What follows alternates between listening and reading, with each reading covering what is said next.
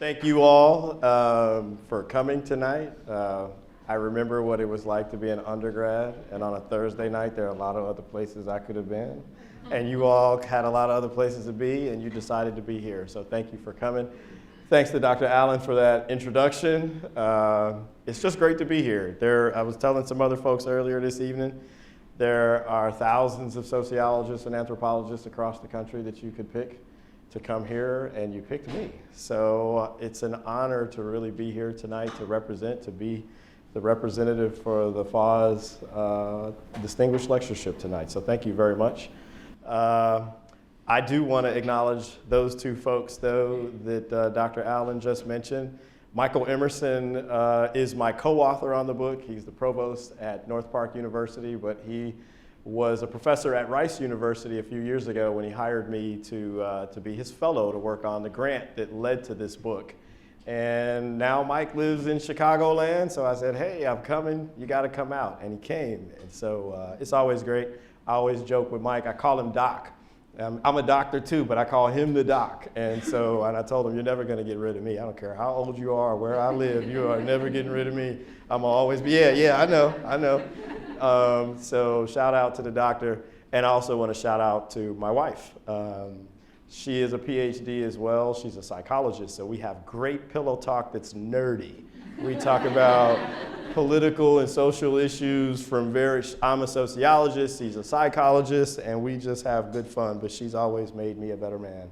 And I wouldn't be where I am today if it was not for her. She's heard me give this presentation practicing in our living room like 50 or 60 times over the years. She's only really seen me deliver it once, and she gets to be here tonight because thankfully her parents flew down to Arlington to watch our little girls while she flew up here with me so we could hang out in Chicago, and she could come here to Wheaton with me. So just want to thank you for being here as well. That being said, ladies and gentlemen, let's get into the reason why we're here. And I want to start off by asking you a question, and this question is the same question that drives the book that Michael and I wrote a few years ago, and that is, why do African Americans pray so often? At first glance, this seems like a pretty simple and straightforward question. But we realized that answering this question is a lot more complicated than we realized. And so there are a number of moving parts here. So for example, it's the intersections of two subjects that most people think are separate and unique, right? African Americans and race on one hand, and prayer, which is an aspect of religion on the other, right? So we're talking about these intersections of religion and race. Also, the so often part of the question is pretty important because it evokes a comparison. And so if it's true that this one group prays so often, do they pray so often as compared to some other group? And so you got to answer those parts of the question before you even get to the why part of the question. So as simple as we thought this would be, we came to realize that it was a lot more complicated. But answering the question, why do African Americans pray so often, forces us to take a close look at race relations among Christians. In many ways, this is not a new topic. There have been efforts to reconcile black and white Christians for decades. So we are not new or trailblazing in this respect. However, ladies and gentlemen, in this book, we argue that efforts towards racial reconciliation will have limited success until Christians engage in honest and forthright dialogue on our nation's past, present, and future. It will soon become very apparent that black and white Protestants often think about and practice religion in very dissimilar ways. This is primarily because of darker periods, pun intended, such in our nation's history, such as slavery, segregation, the trials and tribulations of the civil rights movement, and yes, even modern-day contemporary racial discrimination. All of these things have strongly influenced the way that African Americans think about and practice their religious faith.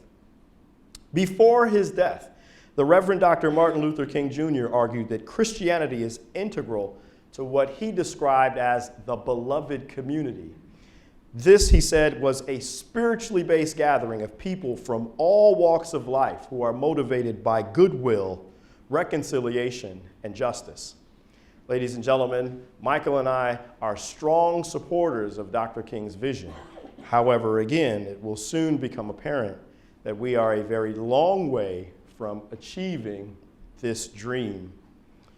In our book, we make two major points about race relations among Christians. One of those points is very broad. The other is very specific. The broader point is that the cumulative effects of past and present racial discrimination as well as inequality have strongly influenced the way that African American Protestants go about their religious faith.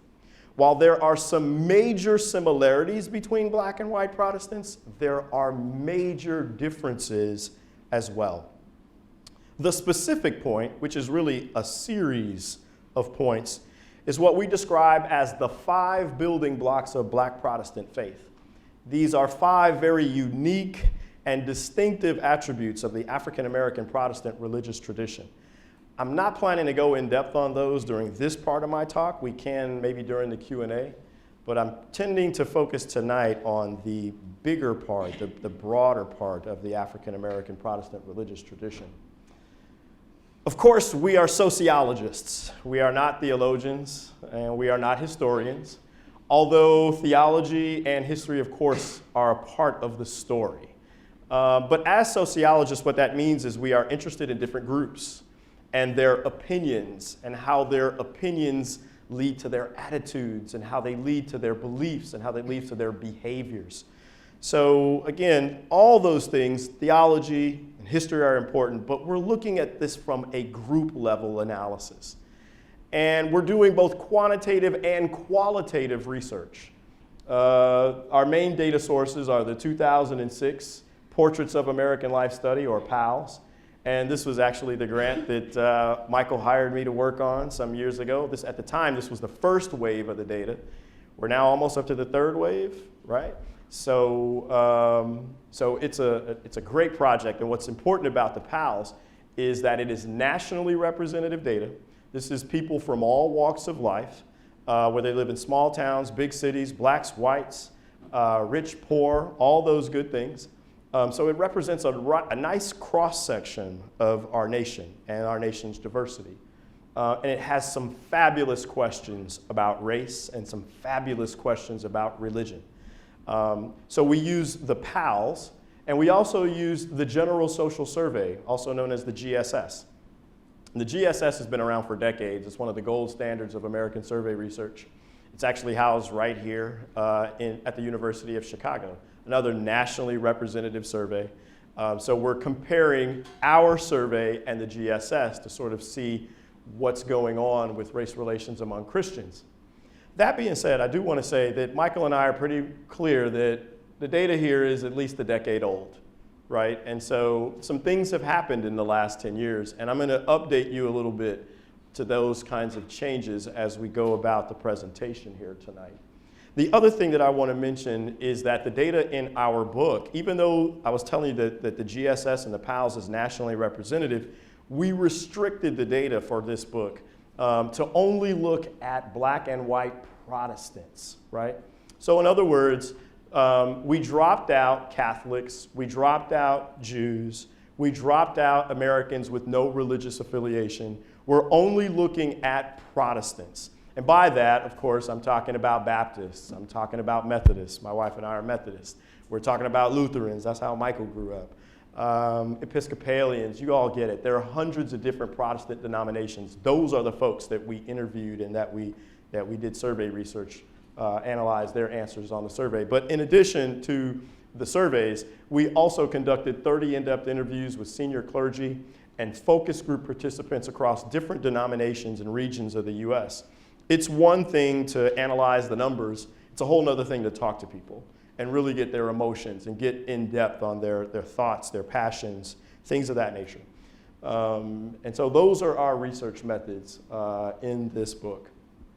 So let's start breaking it apart. And so there's some before we really get into the difference, I want to make it clear that there are some pretty strong similarities between black and white Protestants. And this is one sort of area of that demonstration, right? Simple survey question. Do you believe in God, right?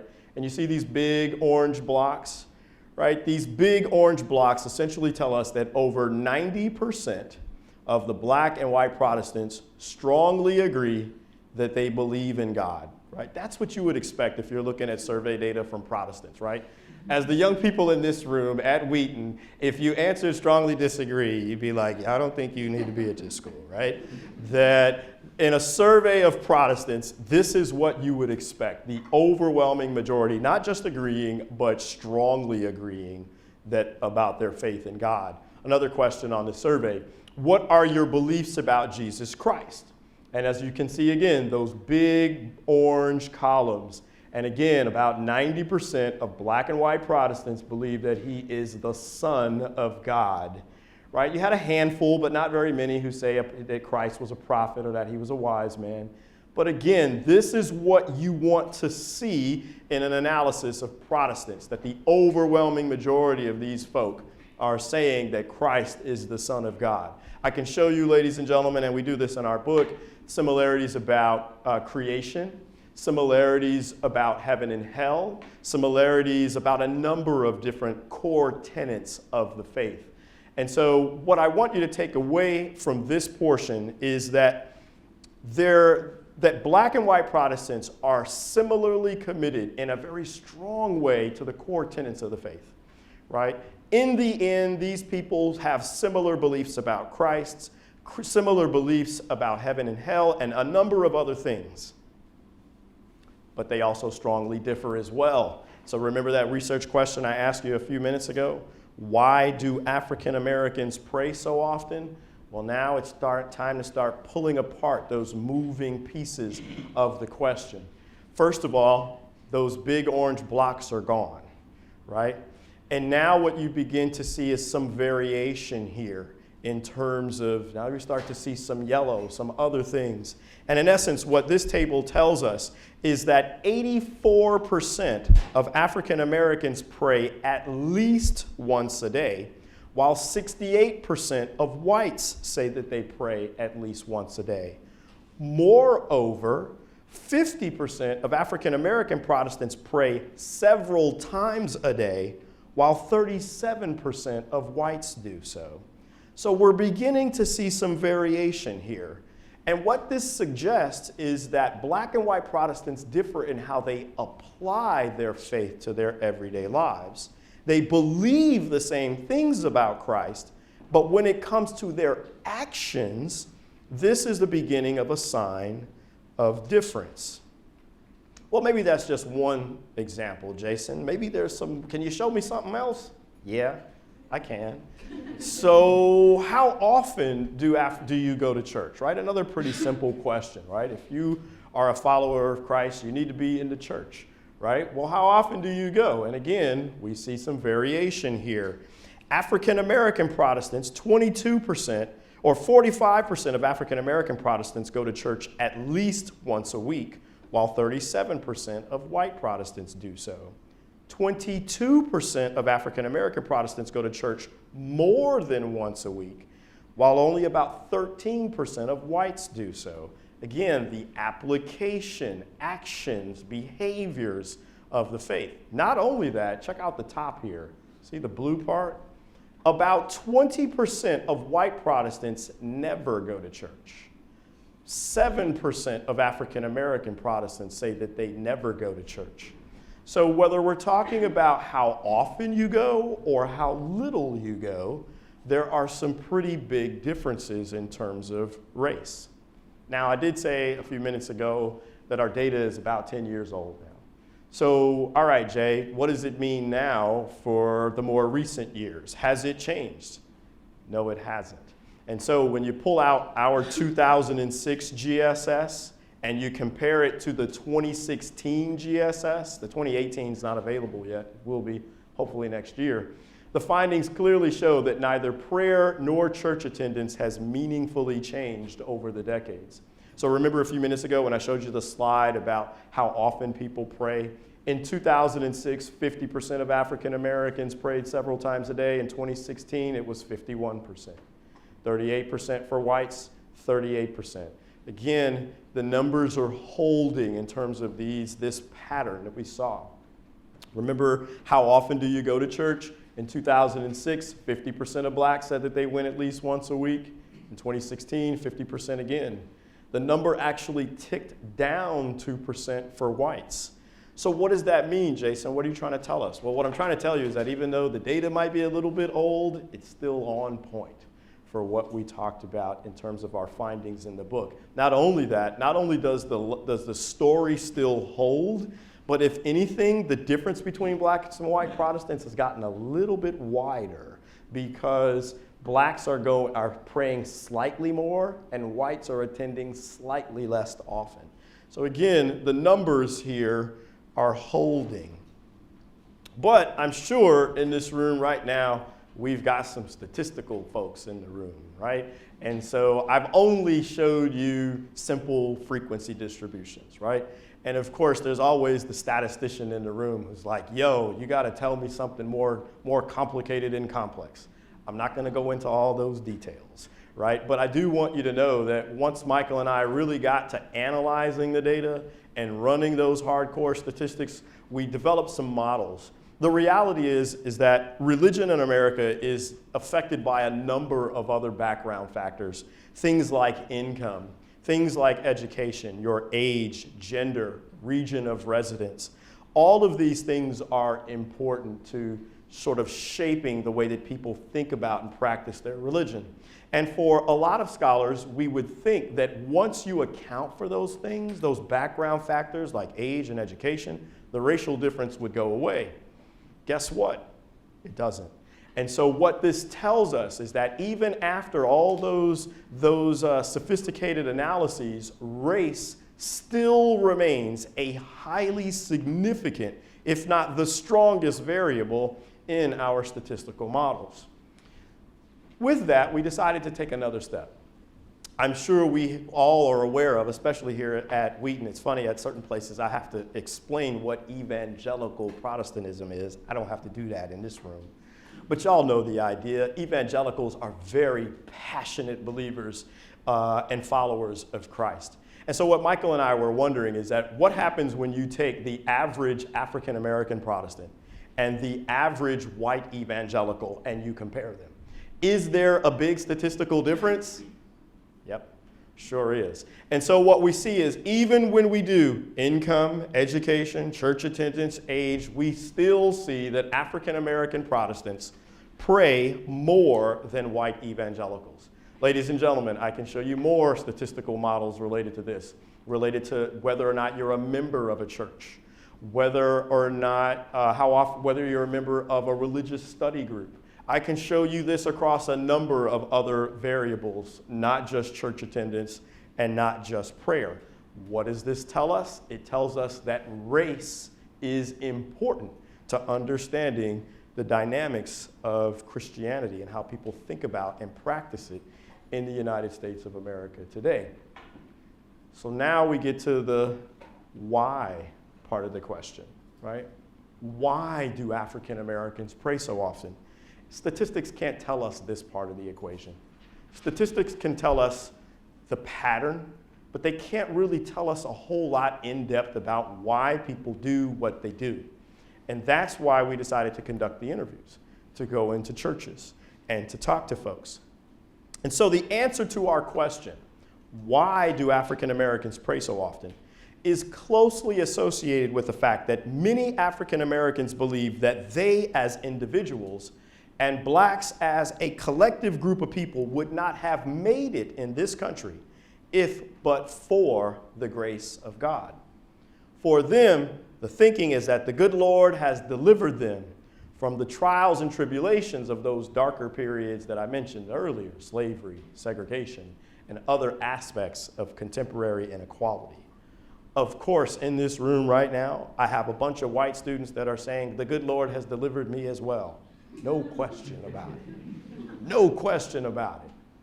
The difference, though, ladies and gentlemen, is the fact that these African Americans believe that the good Lord was looking out there for their entire group of people because of the color of their skin and because of the trials and tribulations that they faced because of the color of their skin. So this is not to say that white folks don't believe that the good Lord hasn't delivered them. I'm not saying that at all. But think about the racial context with respect to the history and the trials and the tribulation. Take, for example, Pastor Smith, a young Methodist pastor in Fort Worth, Texas. He said, "We African Americans have dealt with things through our existence where the only help we had was God. We were set aside. Basically, anything you can conceive of negatively that happens to a group of people basically happened to us. We made it through it all. Women survived rape. We survived beatings. I read that 10 million slaves made it to America, but there were 13 million in all. So 10 actually made it here, but there are 3 million in the sea somewhere. We have had to come through all of that. And I think that now when our race looks at it, we see how blessed we have become, and we attribute that to God. We didn't get out of slavery on our own." Or, ladies and gentlemen, you can consider this comment from a very passionate focus group participant at a large Pentecostal church in Los Angeles. He said, 500 years, 5 centuries of slavery, Jim Crow, the civil rights movement, the whole 9 yards. So we African Americans had to depend on a power greater than ourselves because it is the only way that we kept our sanity. We were being beaten and lynched and everything else. We had to depend on somebody other than ourselves to keep our heads together, to keep surviving. So we were in church every Sunday. We were crying out to God to help us. And that's one of the reasons why I personally believe that we are so keen on being in church and being religious and studying the Bible. Our faith in God is what got us through slavery. Ladies and gentlemen, let me be clear that we have come a long way as a nation. We have made dramatic improvements in American race relations. For example, the number of African Americans that have made it to the middle class has at least doubled since the 1960s. More and more African Americans are reaching the top, bless you, of the American corporate ladder. Y'all like how I was doing that? I was quick on my feet. There are more African Americans who have been elected officials than ever before. And of course, our first African American president just completed his 2nd term in office. However, ladies and gentlemen, we still have a long ways to go. Bless you again. Those African Americans with advanced degrees still make less than whites with advanced degrees. And blacks still lag behind whites with respect to home ownership, wealth, unemployment, life expectancy, family-related factors, and of course, involvement in the American criminal justice system. What explains these problems? We all know that there are problems in America, but we sharply differ on the root of what causes the problem. On one side of this debate, we've got the structuralists, and they argue that the problems of racial inequality are bigger than any of us as individuals, that our problems as a nation are systematic, that they are rooted in advantages or disadvantages that some groups have over others. As a result, the structuralists argue that government, as well as other institutions in our society, should be intimately involved in improving race relations by establishing policies and implementing those policies. On the flip side, the individualists argue that our problems of race relations were created by individuals, and so they can be fixed by individuals. What our individualist friends want is for us to change people's minds, to change their hearts, to change their behaviors, and they want us to do that without government intervention. Our individualist friends argue that when government gets involved with fixing the race problems, things are only going to get more complicated, and any advances that are made ultimately won't be respected. And so here's where we stand. And the question then is, where do we as black and white Protestants stand in this debate? Do we tend to be on the individualist side, or do we tend to be on the structuralist side? Well, the GSS can tell us something about that. Since the late 1970s, the GSS has asked a very popular research question that scholars have studied. And that question is, on the average, African Americans have worse jobs, income, and housing than white people. Why do you think this is? And they're given 4 different answers to the question. Is it because African Americans lack inborn ability to learn? In other words, this answer to the question is the idea that blacks are genetically inferior, that we're not smart enough to learn to be competitive in the contemporary labor market. Another answer is that blacks lack motivation, that we don't have the get up and go to make it in modern America. Another answer to the question is that there are unequal chances in the American educational system. The full wording of the question essentially is the argument or the question that blacks are more likely to go to bad schools, and if you go to a bad school, you're less likely to get ahead. Or the last option on the survey is that the reason for the racial inequality is because of sort of the old school racial discrimination, that blacks still haven't gotten a fair shake. So these are the 4 questions or the 4 responses on the survey. And as you can tell, for white Protestants, their most popular answer is blacks lack motivation, right? In fact, about 55% of whites say that this is the main reason. For African American Protestants, we tend to say it's racial discrimination. About 55% of us say racial discrimination. So what we see here is black and white Protestants are on opposite ends in terms of their majorities, are on opposite ends of this debate.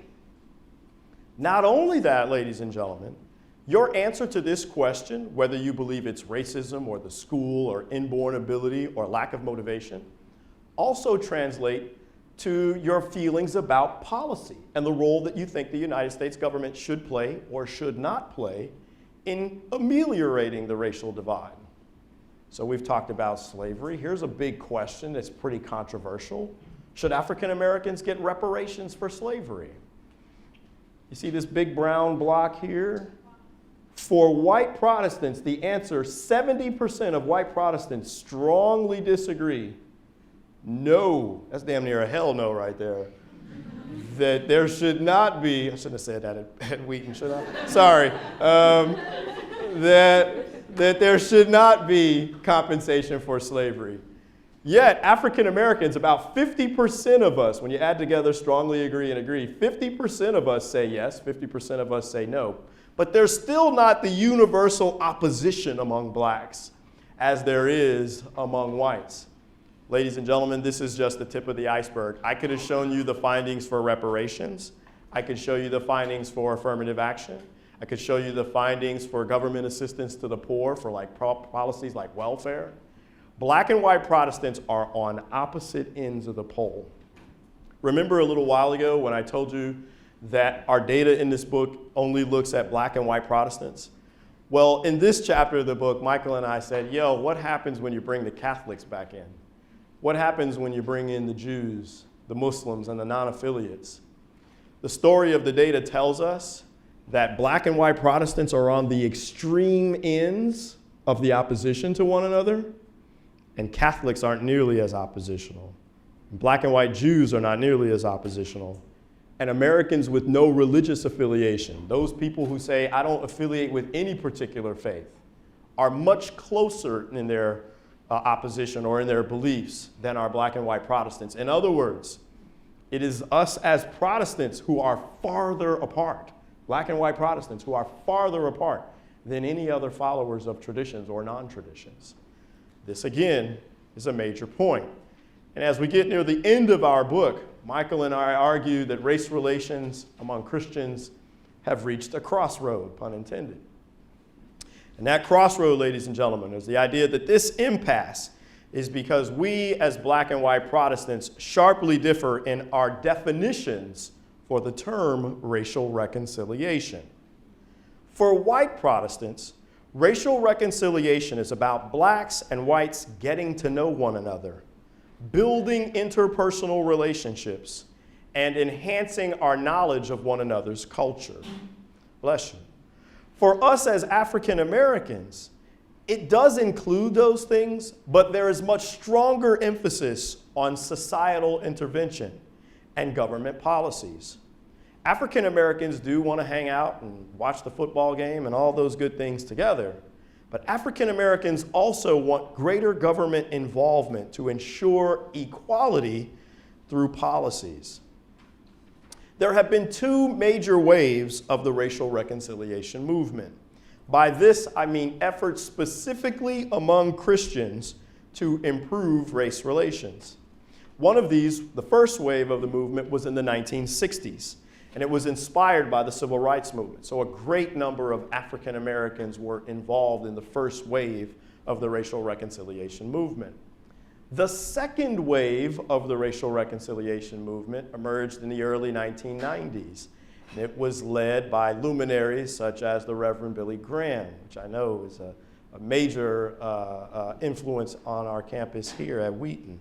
Not only that, other organizations such as the Promise Keepers were very much so a part of the second wave of this movement. For white evangelicals in particular, the second wave of the movement was really popular and very powerful.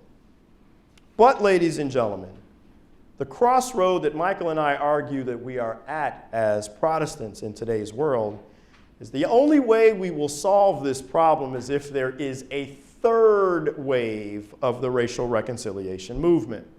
And if this third wave is to be successful, it can't be so focused on interpersonal relations that it minimizes societal interventions, but it also can't be so focused on societal interventions that it minimizes interpersonal relations.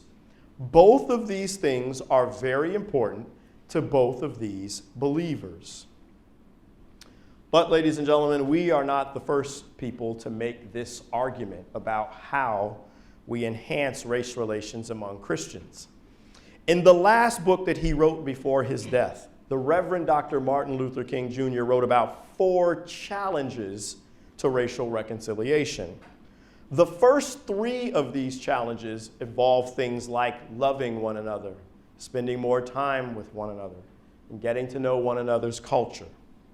However, the 4th challenge that Dr. King wrote about was our ability to develop social programs that will enhance opportunities for other groups. More specifically, he wrote that the 4th challenge that we face is to unite around powerful action programs to eradicate the last vestiges of racial injustice. We will be greatly misled if we feel that the race problem will just work itself out. Structures of evil do not crumble by passive waiting.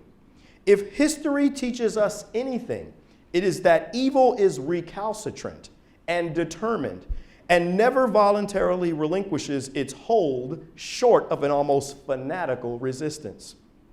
Evil must be attacked by a counteracting persistence, by the day-to-day assault of the battering rams of justice. Thank you very much for your time and attention.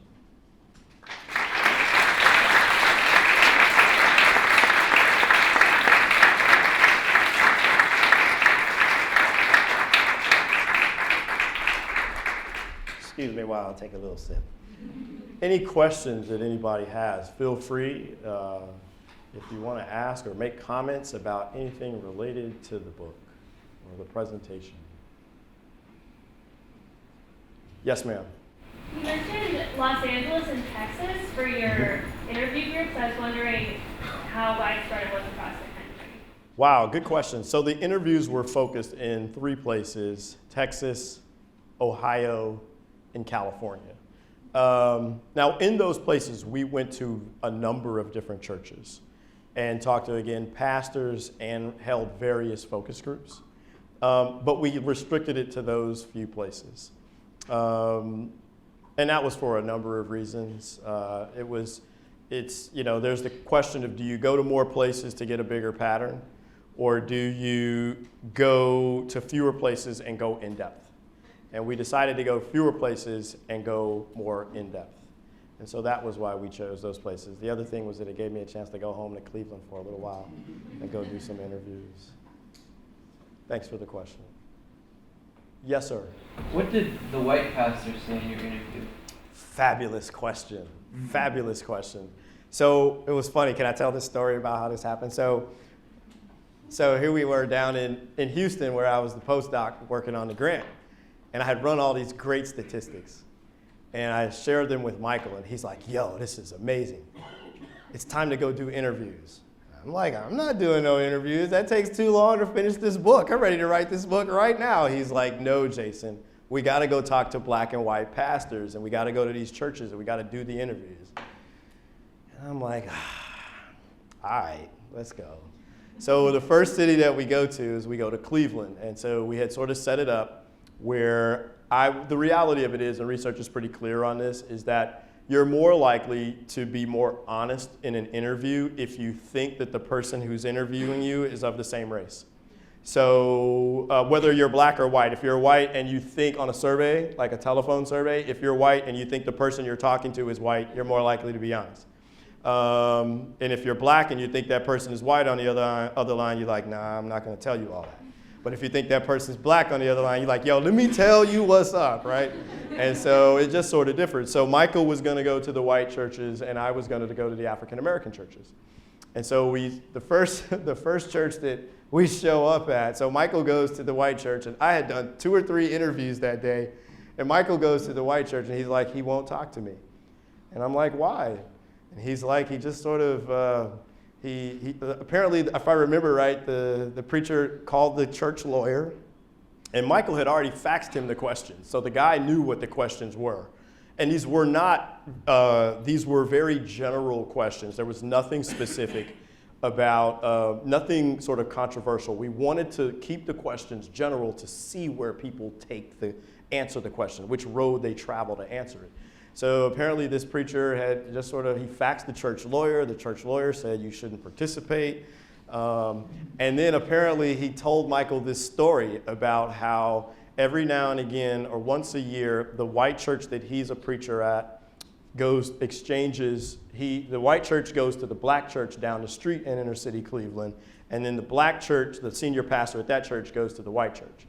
And he anecdotally goes on to talk about how even though he delivers his word on Sunday in his home church, and he felt like it's really not received, and he goes to that same black church a block away, and those black folks are hooping and hollering and dancing in the aisle. And so he wanted to talk about race, he just didn't want to do it on record. And so the reality of it is, to get to the answer to your question, is that we didn't interview any whites. The data for whites is not posted in the book because no whites wanted to talk to Michael. So imagine, of course they probably wouldn't have talked to me, right? But they didn't want to talk to Michael. So what we also argue at the end of this book, and again, and you did hear me say this, is honest and forthright dialogue. If white folks can't talk to other white folks about this, then a conversation between black folks and white folks is probably not going to happen either. And that's a major dilemma that we face. Great question, sir.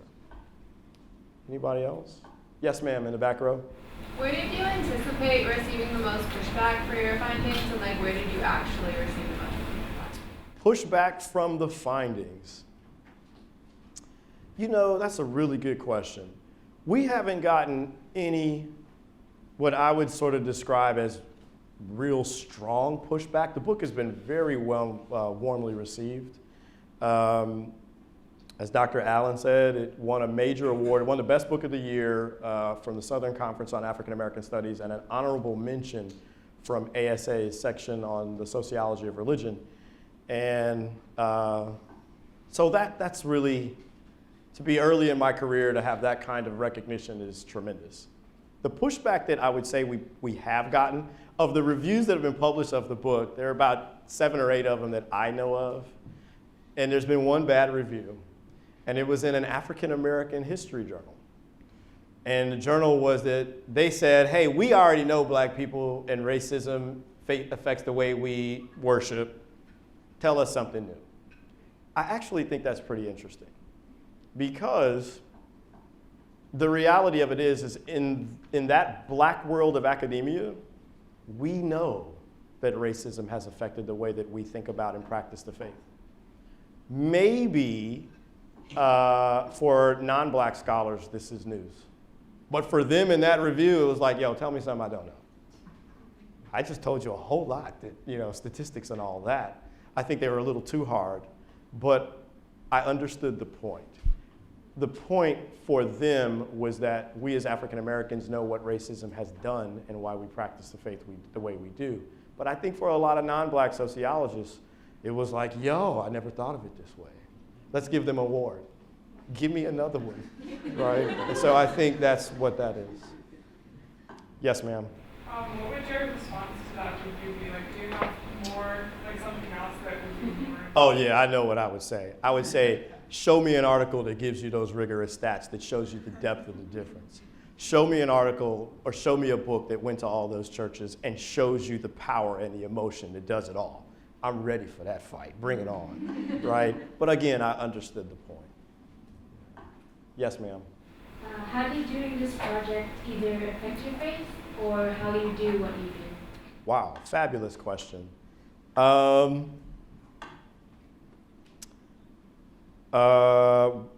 It affected my faith in the sense that I didn't start off as a sociologist of religion.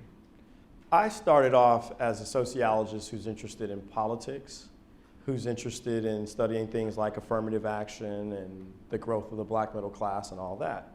But what I realized is that you can't study those things without studying the black church. So here's a kid who grew up in a church who just sort of thought that's part of the background of being black. That's not really what you focus on.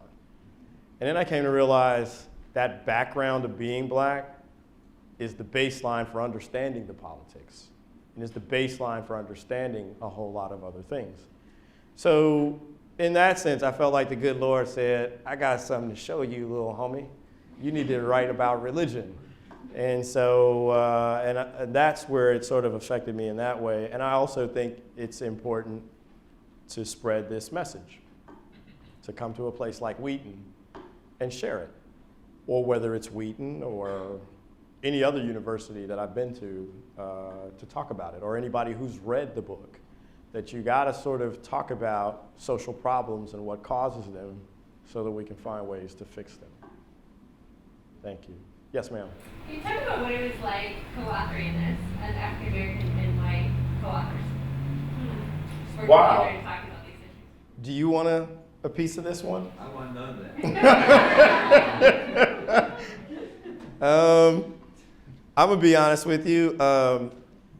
This dude over here is the man in American sociology, right? Michael, how many books you got right now? 50. Yeah, I got one. I'm working on number 2, and it's gonna be great, and I have to write it without him. I'm gonna tell you why. Because people said to me, Michael Emerson's reputation is so strong, it's like, oh, we know Michael wrote a whole lot of that book. I'm like, no, dude, this was my argument. I did all these stats. Michael had the vision about the interviews, but I did all that other stuff. Now, Michael wrote some chapters, don't get me wrong. Actually, let me also say that my portion of the book is dedicated to my wife, and his portion of the book is dedicated to his wife, so I definitely wanted to mention that. But it was hard for me to write this with him because I knew I was going to be in his shadow. And I didn't mind that at all, because it's always in the beginning to be hooked on to somebody to give you sort of that rubber stamp. But then at a certain point, you want to get up out of that shadow. And so I'm still called Michael, but I ain't writing with him no more. So people see that Jason has done that stuff. But Michael was great. He let me take this book the way I wanted to take it. And my real truth of that was, and I don't think I've ever told you this story, there was a chapter of the book that Michael wrote, and I read the first. Now you would think, and this is a testimony to Michael and his mentorship. So here it was, Michael wrote one of the chapters, and we were far along in the book at that point, and I'm putting the dots together, and I'm thinking that this draft of the chapter Michael wrote isn't sort of where I want this book to go. He's close, but I want to make some revisions. And I literally said to my wife, who am I to revise Michael Emerson, right? Like, this is the doc. Like, I'm basically going to rewrite some of his stuff. And I was like, should I do that? And she was like, you got to present this book the way you want it presented. So I called up Doc and said, yo, I got some suggestions. Can you do it this way, and this way? And he said, no problem. and he did it. And so I say that to say, he's not one of these scholars whose ego is so big that it's his way or the highway. He's one of these scholars who wanted to see this project develop and remain consistent to the vision that I had. And he was favorable to that. And again, one of those reasons why he'll never get rid of me. So yeah, thanks for that question. Yes? Just starting off with the previous question, is there anything specific, or if you can answer the question, that you learned more about God by doing this research? I have to say that if anything else, it strengthened my faith. And again, I've always been one of those young people that goes to church, but there comes a point where you start connecting dots in a different way. And this book is one of those things that help connect the dots more to the politics of religion and the politics of other things in a way that make you say, wow, I know why I am a Black Methodist, for example, right? So my wife and I, like I say, we're Methodists. I grew up in the Methodist church. And I always wondered, am I going to a Methodist church because I want to go to a Methodist church, or because Mama makes me go to this Methodist church? So when my wife and I get to Houston, when we start running it, the same time that I'm running the data for the book, we start going to a whole bunch of different kind of churches. Start going to Pentecostal churches. Start going to Southern Baptist churches. Start seeing these other things. And ultimately we came back to the Black Methodist tradition. And I have to say that a big part of that was because of this book. Because when I'm sitting there interviewing, don't get me wrong, we interview pastors from different backgrounds and different denominations. But when you're sitting in, I've heard my mother and my preachers in the Black Methodist tradition say things for years, but at least particularly my mother who's a pastor. But then when you hear somebody who lives in a different part of the country, who doesn't know mom, say some of those same things in a different sort of way, you're like, yeah, I get it. And then you go back to that Black Methodist tradition and you're more empowered for understanding why grandma and them and mom picked that to start with. And so I would say that's more than anything else, I would have to say, this book brought me back to the Black Methodist tradition, and we raise our daughters in that tradition as well. Thanks for the question. Brian, or Dr. Miller, there we go, sir. So where did this book of research lead you next? So you finished this, got published, won these awards. What was the next question to answer? Well, the next question is, there's another side to this, and that's what you saw me talking about in Montreal. The next book is, so this is the comparison between blacks and whites, and the next story to tell is the story of changes among African Americans over the decades. So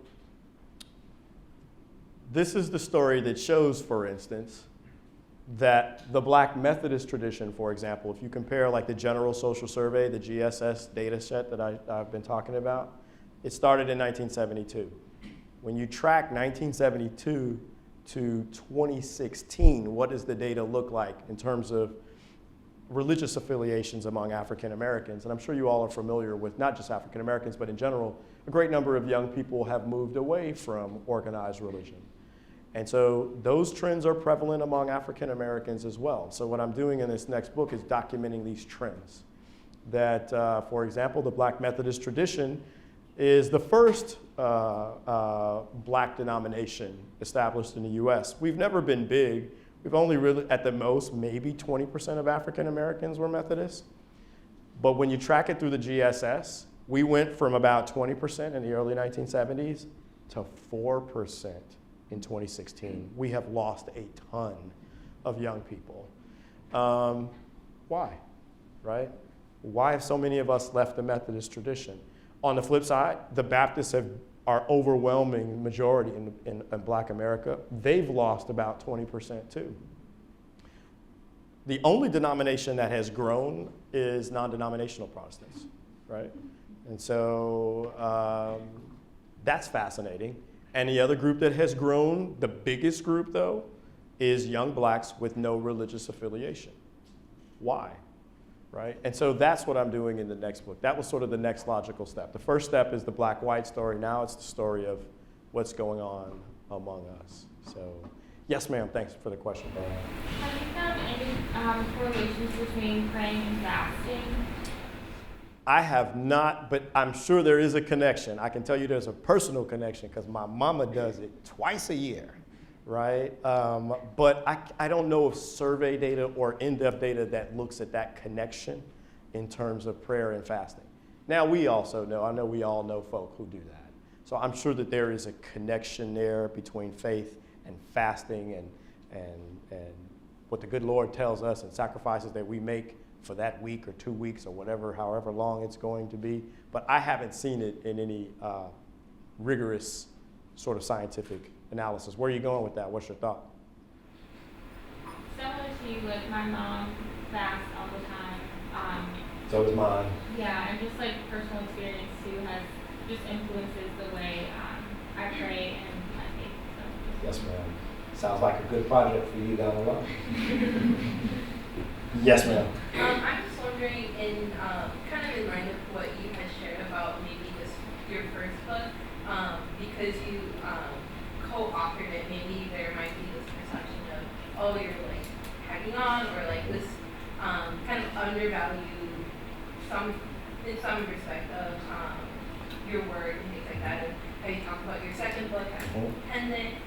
So in our senior seminar class for sociology, we're reading The Voices, or not The Voices, but Morris's The Scholar Denied About the Voice, and how he was undershadowed and things like that. And I just wanted to hear if you sense any like kind of, I don't know, fear or like things that you might anticipate as like a modern African American scholar and the kind of challenges that you face there. I think that that's a really good question. Honest to be in this moment. Huh? You sort of mentioned when we were negotiating with the press what they wanted to do with authors. Oh yeah, no doubt. And so that goes back to like what Michael was saying is that, what Michael is saying here is that NYU Press in the beginning, they wanted Michael to be the first author of the book. Man, I have conveniently forgotten that story. And I'm glad you resurrected it though, for real, pun intended at Wheaton, for real. Y'all caught that, didn't y'all? NYU Press wanted Michael's name to be the first author to appear on the book, right? In that Michael was the big name, and Michael was, if you're gonna, he's got at that time he had already 8 or 9 books, and a number of them were big time books, and it was like, here comes the next one. NYU Press wanted in on that Mike Emerson book factory thing, and Michael was like, nope, this was his idea. But to get to where you're going with that is that I don't think that NYU Press was I don't think it was racism in that sense. I think that he's the big time scholar. Let's put the big time scholar first. But I do think that, in being honest, I think that and I said this at the table tonight with members of your faculty, that being an African American scholar, I think it's important to be quantitative. That if I was qualitative or just theoretical, I don't think I'd be taken as seriously. Because qualitative, as powerful and as important as it is, it's still just opinion. And it can just be written off as, oh, that's just one person's opinion. But when you do quantitative and you speak the language of math, then people are like, oh. And you show them that table and they don't understand that table, they're less likely to fight you, right? But even if they do understand that table, then it's like, okay, I see where you're going. So I do think that don't get me wrong, I love qualitative research. It's very powerful. But I do think that you can be doubted there's no question how talented you are and what your skills are when you do quantitative. But there can be questions about how rigorous you are if you don't. And so I think that those are challenges that I know for me I wanted to be on the other side of. I didn't want anybody to question that. Yeah, I do want to say one thing real quick. At dinner tonight, a couple of your faculty members said that there's not a sociology of religion class here at Wheaton. And I'm told this because y'all, I don't say y'all as in you people sitting in the class, but your student body is less interested in a sociology of religion class. I just want to tell you all, when I teach my class at UT Arlington, it is incredibly popular. Students are lining up to take a sociology of religion class. I imagine that for some of you all, that you live your lives as Christians already, so I don't need to take that class. That's like the black student that tells me, Dr. Shelton, I don't need to take your contemporary black experience class because I'm black, I get it. And then they come sit in my class, and they're like, I'm black, and I learned a whole lot here. You're a Christian, and you can learn a whole lot in the sociology of religion class. I just want to put that out there. You've got to learn to be strong in your faith by challenging your faith as well. You've got to learn to be strong in your faith by understanding the differences among the same groups of believers, like in this book. You've got to learn a whole lot of other things, and a sociology of religion class can teach you some of that stuff. So tell all the homies that you need to line up and take that class. I promise you it will be a very rewarding experience. Any other last couple of questions? Yes, ma'am. When you talk about white Protestants, is that including like Latinos and Hispanics? Not in this book. Not in this book. In this book, we just wanted to do black and white Protestants. But of course, we know that the Latino population is growing in their affiliation with Protestant faiths, particularly Pentecostal. So there's a story there that is really important, that is being told, but is not being told completely in depth enough, I think. What's your thought on that? Is there somewhere you're going with that question? I was just wondering, because on the census, a lot of times Latinos or Hispanics and then Yes. white, and how you guys were able to like delineate. Yes, you can do it in most surveys. Have finally caught up to the idea that you have to ask people specifically, are they Hispanic, on a survey. And when you can do that, then you can pull them out of the data. And so we've done that as much as we can. Great question. Yes, ma'am. You talked about honest and forthright dialogue as being one of the key components of racial reconciliation. We also talked about white pastors not wanting to have this conversation. Yeah. So as minorities, we do a lot about having conversations. We want to talk about these things, but when the dominant group does not want to talk, what is there left to do for minorities? Wow, great question, right? When the dominant group doesn't want to talk, what do we do next? And I think that that's where you get to anger and frustration in tremendous ways, right? And so I know you all can understand, regardless of your race, if you want to talk to somebody about something and those other people don't want to talk about it, you get mad because it boils up inside, and then you might start finding other ways to show why you're angry, that a conversation is a big step forward for that. And so I think that that's really important for us as a nation, is that, and not just as a nation, but as, even again, within the Protestant tradition, we got to start having conversations. And I can't remember exactly what it is, but at the end of the book, we show some survey research about, there's a survey question that asked that about talking about race relations. And white Protestants, evangelicals especially, are far less likely to want to talk about race issues. Whereas black Protestants are, man, let me tell you everything, right? But of course, a lot of white folks don't want to have that conversation because that everything conversation is a tough conversation. But it's just like in our families. We have tough conversations in our families. And you have to have those tough conversations if you're going to push forward and get over the hump. If not, tensions boil.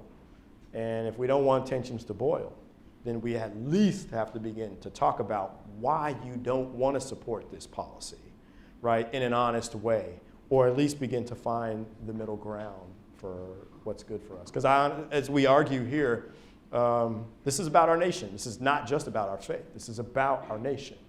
And what kind of nation are we going to be moving forward? And we want a healthy, strong, vibrant nation where people of faith can have great conversations. And I'll end with One more question? Oh, okay. Anybody? I said I'll end with that, so I sort of killed it. Or I should end. What about the millennials? Black millennials versus white millennials. Ooh. Actually, the story holds when you restrict the analysis to age. So let me tell you, remember I said a few minutes ago the number of young blacks who are leaving the faith has jumped since 1972. We know the number has jumped for whites, even more. For blacks, it's jumped 15 points. For whites, it's jumped something like 27 points. But even, two things, even though, so the number for blacks is not as strong as it is for whites, which shows, again, the role of race. And on top of that, those young black Christians still are praying, attending worship services more often than the young white Christians. So the story holds for age as well. All right, why don't we express our gratitude to Dr. Shelton.